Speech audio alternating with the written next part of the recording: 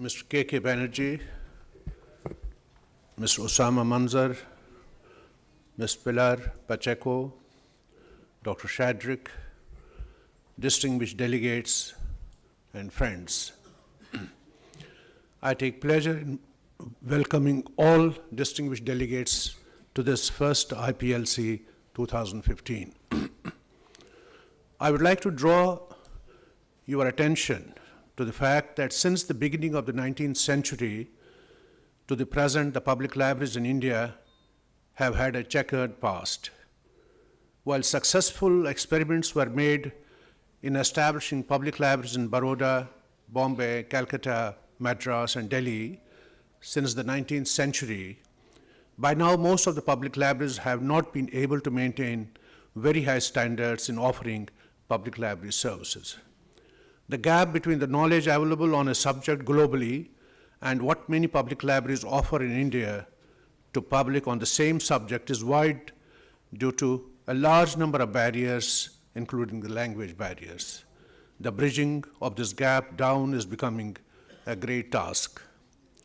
While state governments are responsible for managing public libraries in their states, and library legislation has been passed in 19 states since 1948, so far, we have yet to see a public library system that can serve a sizable population in a state.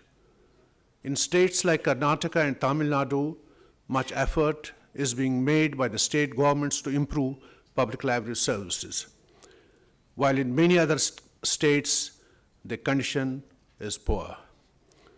The main aim of the library legislation in some states has been to collect revenue through library cess, and in some others, it has been to offer government funding for managing public libraries.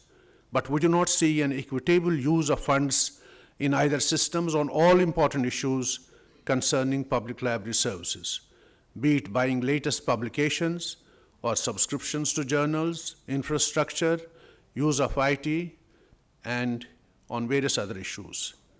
Manpower development is a great issue in public libraries.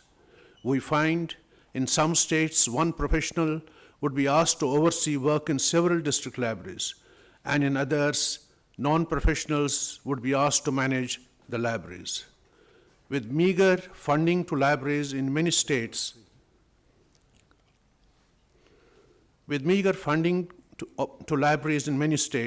and very low salary to staff, public library manpower is at the crossroads at this stage. UNESCO did lay down guidelines that clearly stressed that public libraries should promote a variety of issues, including reading habits, self-conducted education, creativity of children and young people, promoting cultural heritage, appreciation of the arts, scientific achievements, and innovations, among other activities. But this mostly is not undertaken by the public libraries in India. IFLA standard of having a public library every 3,000 persons would mean India should have about 430,000 libraries for public. But if school libraries in India, numbering about 1.2 million, could be used as public libraries in evening hours, we could outnumber the IFLA standard, but we would not be able to outnumber the UNESCO standard of offering specific services in public libraries without the use of technology and expert manpower.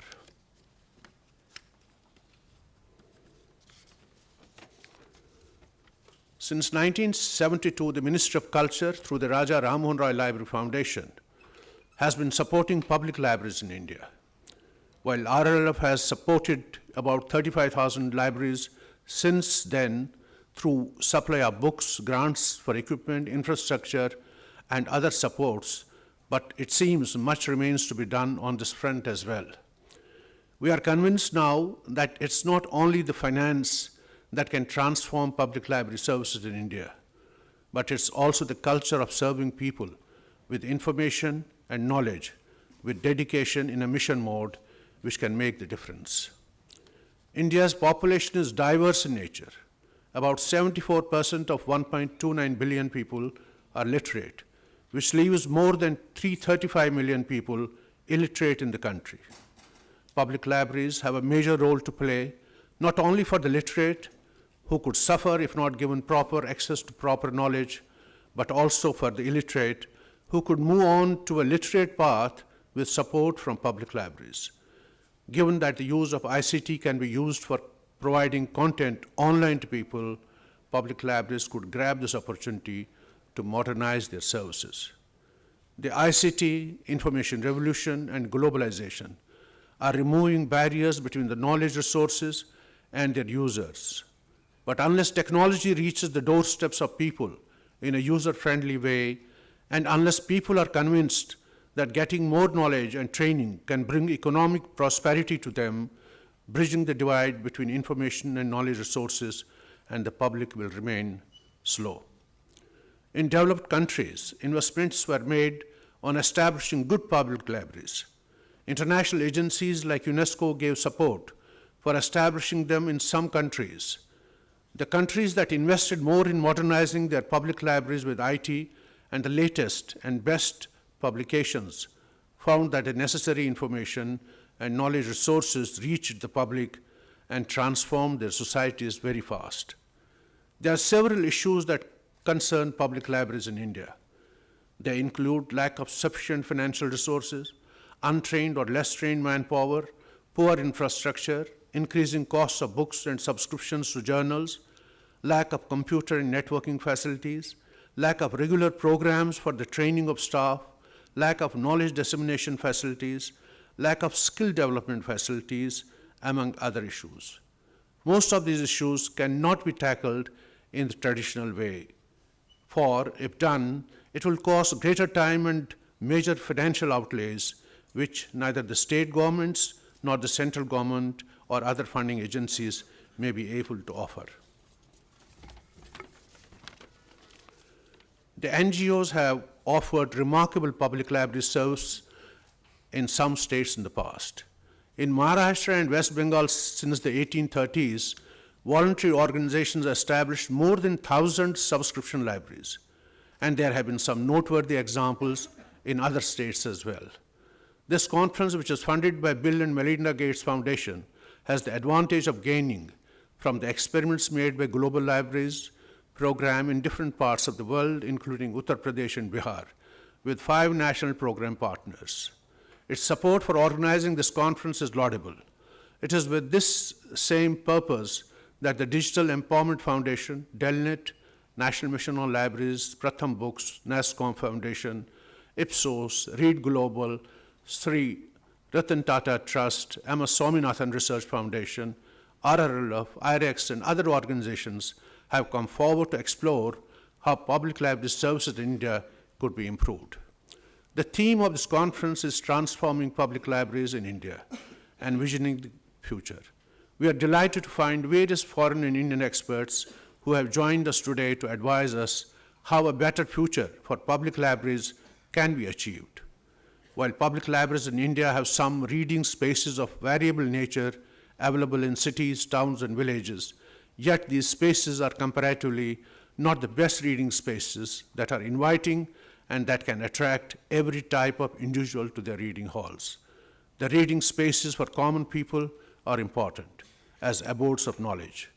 These reading spaces need to be improved, not only with infrastructure, innovation, and ICT, but with devotion as well. We need to discuss how these spaces, these libraries and facilities can become efficient, self-sufficient, and manageable. So far in India, public library service has been the domain mostly of the governments, both state and central. We need to see, in addition to the government support, what else can be done to make the libraries sustainable. At the same time, we want to come to a stage where each public library can package information and knowledge resources for every individual within its ambit, according to the individual needs. This will lead us to developing a knowledge society where every individual can become skill-oriented and knowledge-driven. The public librarians will have to coordinate with experts, access information through national and international networks, develop and disseminate information on a variety of issues, including trades, avenues for higher education, interests of the unemployed, capture knowledge through global and national resources, unemployed, capture knowledge through global and national resources appropriate to its users among a host of issues. Let us hope this conference takes us imbibing higher standards among librarians, among users, and the public. Thank you very much.